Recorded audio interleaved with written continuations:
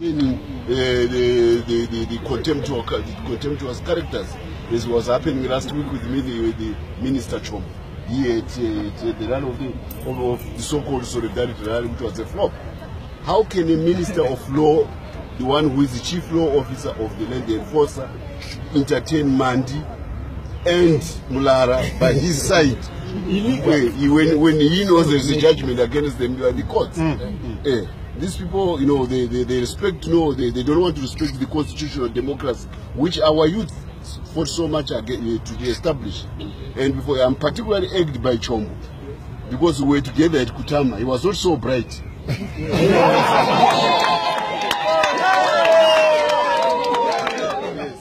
Now he finds himself ahead of us in the government of President Mugabe. Notwithstanding that, we went to sacrifice and fight so that he becomes a free man. And I can mention the names: Charles Tazushaya, Lawrence Siziba, Alexander Kanungoni, the late. They were schoolmates with us with Chombo at Kutama. All of this, they perished so that he can become a free man. Now he's standing around the same comrades who were, he should have had he likes power. They all like power. But at his youth, he should have had the courage to go and fight for it. And I don't know in the lottery of the war whether he would have survived.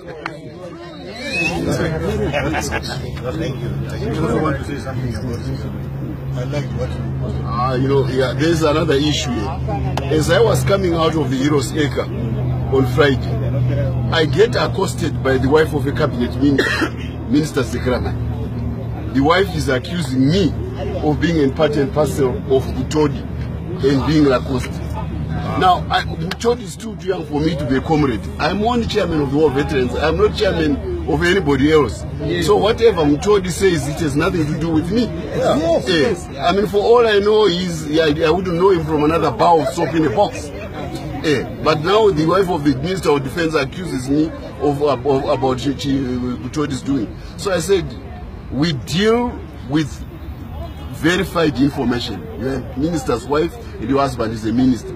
You deal with official verified information. Don't deal with the information which comes from the terraces. Yes. Because she wanted me to comment on the information. This is in French, it's called radio trottoir, radio pavement. I can't be commenting as a minister or as a leader of a party on everything which the pavement is talking about in the street. So I told her off. But you see, this comes from himself. He calls himself a doctor. Everyone knows that he's not a doctor. He's not a qualified doctor. And I want to challenge him to bring his registration with the medical, health and allied professions. The fact that he was a doctor, I was also a doctor at some time in the war, because we were in the sections with each other. But all the comrades who went to war who were doctors are not medical assistants. They are not claiming to be doctors because they vote integrity. But he alone claims to be a doctor when he's not gone through the process of the academic qualifications. That's not right.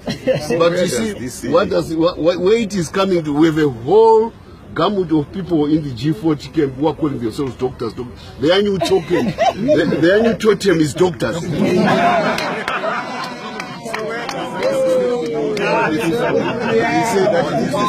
That man is now a doctor.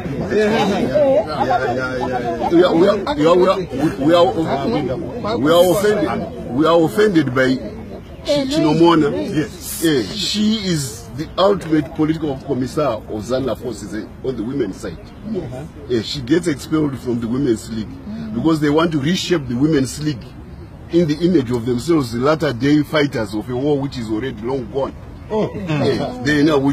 Chinomona was right at the front commanding the women detachment in Ghana Freedom Chai. Now she's being trundled around by people who are coming from Norway.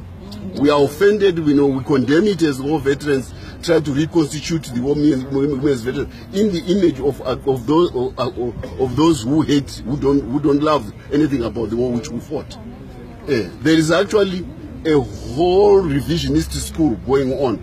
Right now, they want Jonathan to write about the war which he deserted. He's busy trying. He ran away from the war. Now he wants to change the dates of when he was at Muganga to try to bring in to say there was a Zana rivalry. He was there 75 as an advanced part of Dabaning's story. And that's a matter of, then he fled. Even when he fled, he stole the record. He stole the radio of his stepmother, stole his wife, Vienna. And it's in the books. And the book was actually presented to the top executive of this country, Stole Swai's book. And you can go and look for it. Detailing of Jonathan's apostasy during the war.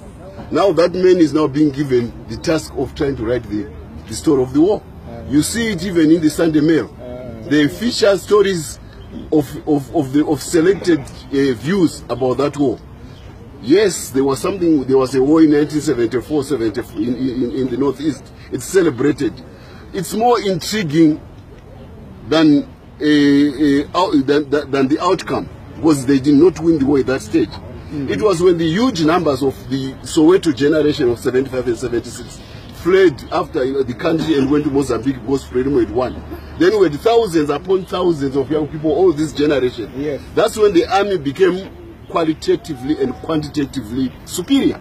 Yes. Then we fought pitched battles against the most modern Western army, the NATO army in Africa at that time, the Rhodesian army. These are the young people who should be celebrated for delivering major victories, including Maponde, including Mapoy, including the shooting down of the Viscounts on the Zipra side. That's the generation which brought about our independence. But no, nobody wants to feature those who finally delivered victory. And there's every effort now even to try to interfere with the leadership of the war veterans, to say we want to change the leadership, so that Jonathan can rewrite the story of the war which he ran away.